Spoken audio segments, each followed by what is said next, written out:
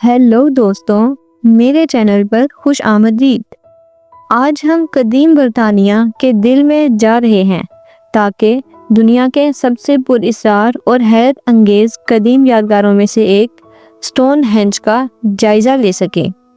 ये पुरअसरार पत्थरों का दायरा सदियों से हमारी तवज्जो का मरकज़ रहा है और इसके आगाज़, मकसद और बनाने वालों के बारे में बेशुमार नज़रियात को जन्म देता है।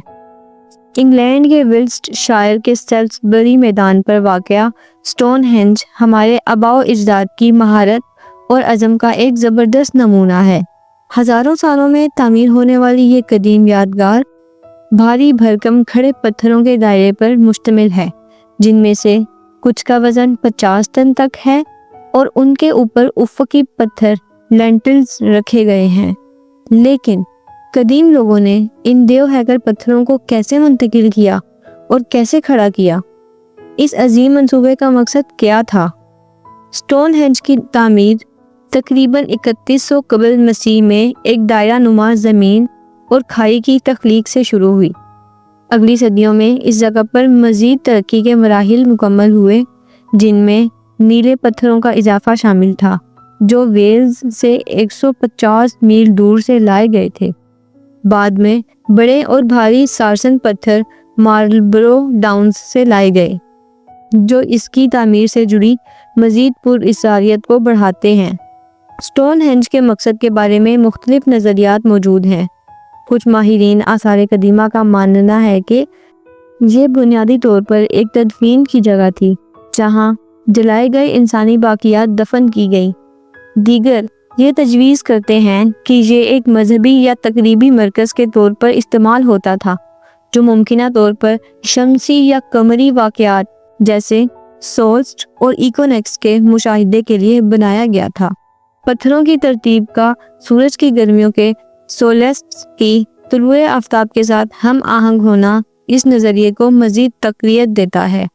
स्टोनहेंज के बनाने वालों की शनाख्त एक मुअम्मा बनी हुई है। ये तस्लीम किया जाता है कि वो न्यूलिथिक और ब्रॉन्ज एज के लोग थे, लेकिन उनके सकाफती रवाबित और समाजी तंजीम वाज़ेह नहीं है। आसार कदीमा के शवाहिद एक पेचीदा माशरे की निशानदेही करते हैं जो फल्कियात, इंजीनियरिंग और दस्तकारी के शोबे में महारत रखता था। इन बड़े पत्थरों की मुंतकिली और खड़ा करने के तरीकों पर अब भी बहस जारी है। क्या इन कदीम लोगों ने इब्तदाई औजार, रैंप और लीवर्स का इस्तेमाल किया या ज़्यादा जदीद तकनीक्स अपनाई गई? स्टोनहेंज की पुरअसरारियत माहिरीन आसार कदीमा और मौरिखीन को हैरत ज़दा करती रहती है। नई दरियाफ्तें और तकनीकी तरक्कियात और इस कदीम मुअम्मा पर मुसलसल रोशनी डाल रही है। ताहम बहुत से सवालात अब भी जवाब तलब हैं, जो क़ियास आराई और बहस की गुंजाइश को वसी करते हैं। अब आइए मेगालिथ्स की दुनिया में गहराई से जानें। ज़मीन पर चंद चीज़ें ऐसी हैं जो एक खड़े पत्थरों के दायरे से ज़्यादा पुरअसरार हैं। ये देव हैकल चट्टानों के टुकड़े, जिन्हें मेगालिथ्स कहा जाता है, एक तारीखी और साइंसी मुअम्मा है। सवाल ये है कि आखिर कौन अपनी ज़िंदगी के कीमती साल इन पत्थरों को खड़ा करने में गुजारेगा और क्यों? इन मेगालिथ्स में एक ख़ास ताकत है, एक पुरअसरारियत जो आज भी साइंसदानों, मौरिखीन और उन अजीब शौकीन अफराद के दरमियान गर्मा गर्म बहस का सबब बनती है जो हर साल गर्मियों और सर्दियों के सोलिट्स के दौरान इन मकामात पर आते हैं। इस तरह के तमाम अच्छे मुअम्मों के तरह अहम सवालात कैसे और क्यों में पोशीदा हैं। ये पत्थर के दायरे क्यों दुनिया भर में मौजूद हैं, बरतानवी जज़ाइर से लेकर यूरोप और अजीब तौर पर अफ्रीका के सींग तक? ये अब भी एक गर्म बहस का मौजू है। ताहम दलाइल साइंस और इबादत के माबैन तकसीम होते हैं।